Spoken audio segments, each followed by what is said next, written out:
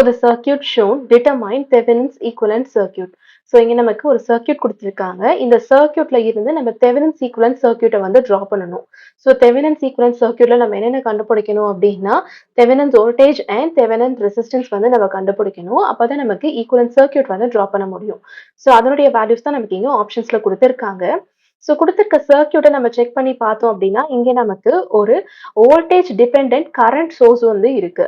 So இந்த கண்டிஷன்ல நம்ம ஒரு சர்க்யூட்ல இருந்து தெவெனின்ஸ் ஈக்குவலன்ட் சர்க்யூட் எப்படி ட்ரா பண்றது அப்படிங்கறத ப்ரொசீஜரை நம்ம பார்த்திருப்போம். ஸோ இந்த கொஸ்டினை சால்வ் பண்றதுக்கு ஃபர்ஸ்ட் நம்ம என்ன கண்டுபிடிக்கலாம் அப்படின்னா விடிஹெச் கண்டுபிடிக்கலாம். ஸோ ஃபர்ஸ்ட் லூப் கரண்ட் நமக்கு இங்க என்ன கொடுத்துருக்காங்க அப்படின்னா இங்க ஃப்ளோ ஆகிற இந்த கரண்டோட வேல்யூ நமக்கு 0.1 into Vx அப்படின்னு கொடுத்துருக்காங்க. ஸோ இந்த 0.Vx வந்து நமக்கு எவ்வளோ ட்ராப் கிரியேட் பண்ணி கொடுக்கும் அப்படின்னா -5 into 0.1 Vx across the 5 ohms resistor. ஏன் அப்படின்னா நம்ம கரண்ட் டைரக்ஷன் யூஸ்வலா இந்த மாதிரி எடுத்துப்போம். ஆனா இங்க நமக்கு ஆப்போசிட்டா இருக்கிறதுனால -5 into வேல்யூ என்ன இருக்கு 0.1 Vx அப்படின்னு நமக்கு வோல்டேஜ் ட்ராப் இந்த வேல்யூ வந்து கிடைக்கும். இப்ப நம்ம இந்த ஃபர்ஸ்ட் லூப்புக்கு நம்ம KVL அப்ளை பண்ணோம் அப்படின்னா நமக்கு என்ன கிடைக்கும் பார்க்கலாம். ஸோ இந்த வோல்டேஜ் சோர்ஸ்ல இருந்து ஸ்டார்ட் பண்ணிக்கலாம்.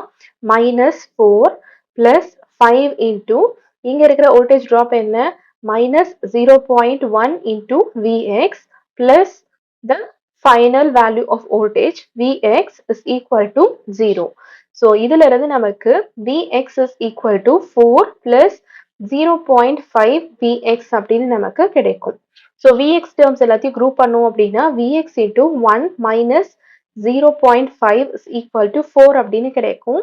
From which Vx is equal to 4 divided by 0.5 which is equal to 8 volt அப்படின்னு நமக்கு கிடைக்கும்.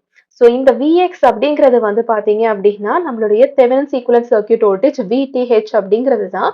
So Vx is equal to VTH அப்படிங்கிறதுனால இதுதான் நம்மளுடைய VTH உடைய வேல்யூ. ஸோ இந்த வேல்யூ நமக்கு பாத்தீங்க அப்படின்னா VTH is equal to 8 volt அப்படிங்கிறது நமக்கு ஆப்ஷன் 1ல இருக்கு. ஸோ இதுதான் நம்மளுடைய கரெக்ட் ஆன்சர். ஸோ உங்களுக்கு VTH வேல்யூ வேற ஏதாவது இடத்துல ரிப்பீட் ஆயிருந்தது அப்படின்னா அதுக்கப்புறம் நம்ம தெவெனின்ஸ் ரெசிஸ்டன்ஸ் வேல்யூவையும் கால்குலேட் பண்ணிட்டு அப்ப நம்ம கரெக்ட் ஆப்ஷனை வந்து செக் பண்ணிக்கலாம். இப்ப நமக்கு VTH வேல்யூவை மட்டுமே வச்சு இந்த கொஸ்டினை சால்வ் பண்ணி ஆன்சர் எது அப்படின்றத நம்ம கன்க்ளூட் பண்ணிக்கலாம்.